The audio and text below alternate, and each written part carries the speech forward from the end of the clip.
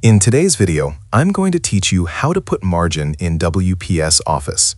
This is a simple but important formatting feature that helps make your document look more professional and compliant with common writing standards.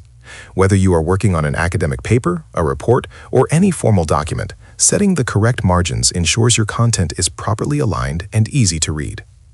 Once your document is open in WPS Office, the first thing you need to do is go to the Layout tab located at the top of the screen.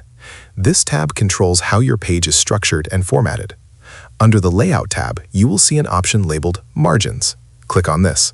Here, you will see several preset margin options that WPS Office provides.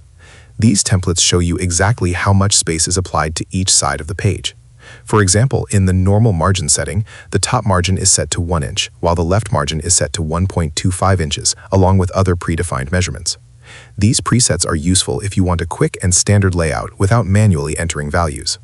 However, if you need to adjust the margins based on specific requirements, you can create your own custom margins.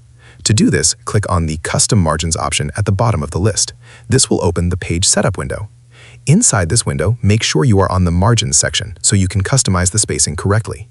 Before entering any values, confirm that the same unit of measurement is selected for the top, left, bottom, and right margins. In this example, inches are selected, which is commonly required for academic and professional formatting. Once the unit is confirmed, enter the margin values you need. For instance, you can type 1 inch in all the boxes to apply equal margins on all sides of the page. After entering the values, click on OK. This will immediately apply the 1 inch margin to your document in WPS Office Writer. This margin setup is especially useful for MLA and APA formats, which typically require 1 inch margins on all sides.